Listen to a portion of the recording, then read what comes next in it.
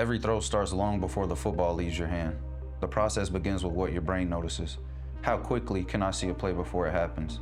How quickly can I process this next drill and execute it? How calm can I stay when chaos is all around? The game is not just about being ready. It's about being ready for more.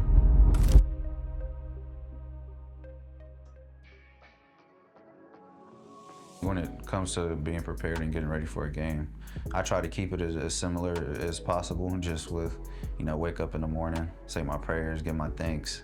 Depending on what time the game is, throw some music on, quick shower, breakfast. One thing for me, I always have to eat steak. No matter 12 o'clock game, 3 night, pre-game meal, I have to have some type of steak. When I get to the stadium, I usually FaceTime my parents. Then I would do a little lap around the field just to kind of, you're in the environment, but to kind of associate something good, something, that helps ease my mind with something that most people consider high stakes is what I enjoy doing the most. And just before, I go out the tunnel to play the game, I always close my eyes and I like to do visualization. I like slower music, R&B music, just to kind of, ease the butterflies in the stomach.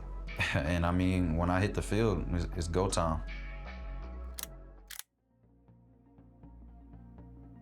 When it comes to being the best version of myself and continuing to find that next level and next elevation, I'm absolutely dedicated. And I think I almost do it unconsciously at this point. Just, how can I be the best version of myself? How can I cut body fat? What new movements or new trinkets and toys can I help to, help with shoulder strength, core stability, everything from the ground up, because that's how it is, playing quarterback. And even with the adversities that I've dealt with and the injuries, I think that also goes into, the expansion of my betterment. Like, okay, these are the main lifts that we do. What can I do to strengthen all the small little ligaments and tendons? Like, I mean, I picked up Pilates at one point, just seeing the different pool recovery stuff, cryotherapy, red light beds. I mean, all that you have to. I think as, the game evolves, you have to evolve. And, just in life, if none of us are the same as we were when we were 13. And so for me, I think each and every year you have to find what works for that year. That's how I treat it, each year independently. The thing I remember the most is James Harrison just talking about how much he invested in his body, like millions of dollars, LeBron, millions of dollars, Tom Brady, you see all his pliability and mobility things, and Patrick Mahomes, you see it online, and I'm sure that's only a snippet of what they do. I try to apply, what works for me and what's best for my life. Ultimately, my mind is just wired to find the next best thing, to be the best. So how did you stumble upon NESTRE? I was just in between things on Instagram, and I saw it pop up that NESTRE Better had followed me. And when I went on the page, I saw legends like Calvin Johnson, RG3, Malcolm Jenkins, people that I grew up watching, and just immediately that grabbed my interest. Like, okay, these guys have been in the position that I want to be in and played at the next level, and they're advertising and really pushing NESTRE. So from there, it grabbed my interest automatically. I looked on Instagram, what they had. I literally went through everything that was on Instagram, everything that was on the internet that I could find, and I felt like the only way that I could really grasp and get a true meaning of what NESTRE was to, connect with Tommy. And I saw the DM, I looked, I sent Tommy a text message, and from there it's just taken off. The first thing that stood out to me about Alonza when I met him was his presence. I mean, immediately you can not just see it, you can sense it, you can feel it. You've been around people that are special. You know what it looks like, you know what it feels like. And just immediately meeting him, I was drawn by his presence, which is powerful. One day I was on our social, and I just happened to see him giving an interview, and it came across my feed, and I'm watching, and I'm like, this is impressive. I need to connect with him. I reached out to him on his social and said, hey man, I think you're awesome. Former player, UCF Knight, looking for you to have a great season. Would also love to tell you about what we're doing with NESTRE to see if we can help you take this thing to the next level. And I kid you not, it could have been minutes later, and the response was, man, great to connect with you. Let's see if we can find some time to do a deeper dive. And I'm like, oh, he is absolutely on it. I've experienced different tech and wearables in the past, but with NESTRE, I think it piqued my interest because it felt different, it looked different. It's something I wanted to explore more about. And the part that was super exciting about it for me was typically we have to kind of walk people through this concept around the science, right? And what's possible from a cognitive perspective. When I started to talk to him, he was finishing my sentences, and I was like, you must have read a lot of our stuff. And he was like, not only did I do my homework, my dad has been building me this way for a long time. And he made a statement to me that he said, my dad has told me for a long time that the mind and the brain is the next frontier. And those are literally words that NESTRE has used for years to talk about what we see the future of. To try to paint the picture around what we do at NESTRE, it kind of starts from my own story and lived experience. Being a college player, I played at UCF. So obviously I'm biased in this space. I absolutely love having AB be the quarterback of our team. And my career was ended with head injuries. And I lived through a lot of the challenges that players have lived through as a result of those head injuries. My playing career was over. And then the scientific community said that the science says there's nothing that can be done about it. I didn't accept that as a fatalistic narrative. And for me, it was, well, if I'm being told that there's cognitive impact, isn't it not possible that there could be cognitive strengthening or repair? And that's when I started to look into this whole science around neuroplasticity. And I think if we can understand neuroplasticity, it gives us a greater understanding around NESTRE. And so neuroplasticity is the science around the brain's ability to adapt and respond and strengthen to opportunities for change. And when you think about the science of neuroplasticity, the brain is responsive and adaptive and can change to internal and external stimuli. That aligns perfectly with what we've done in sports all our lives. If you lift weights, you can get stronger. If you train, you can get better. If you run, you can get faster. And so for me, the thought process was, why don't we do the same thing with the mind and the brain that we've done with the body? Why don't we train the mind and the brain the same way we've trained the body from an elite performance perspective? And that's what we're doing at NESTRE. And so NESTRE is a mental and cognitive performance company that focuses on exercising and strength training the mind and the brain the way we've done the body. The initial setup and meeting for me was what had me hooked from the start. I didn't need to see anything else. I mean, I closed my eyes for 3 minutes, opened them, and they rattled off who I was as a person to the T.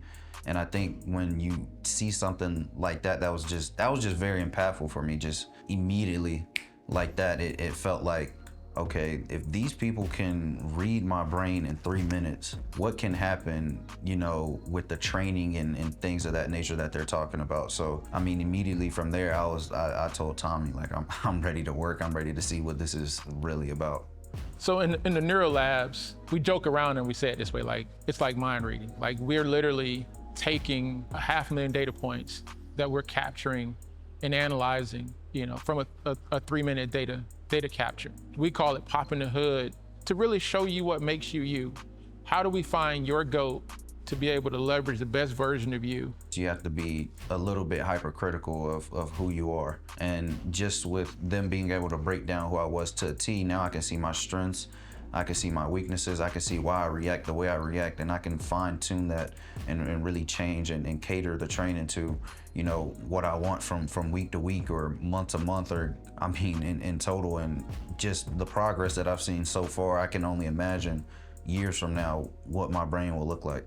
I mean, my first experience with NESTRE was just something I had never seen before. And immediately after my first couple of trainings, I called Tommy and I was like, man, like, my mind is just a lot quieter. It feels a whole lot more efficient. And then when I got on the football field, especially learning a new offense, there's usually like a little bit of a transition period. It felt like I had been in that offense for years, and just the ability to process and remember things and see things, and really, the small nuances of the offense that I've learned in just a short amount of time. I don't think I could have done that without NESTRE.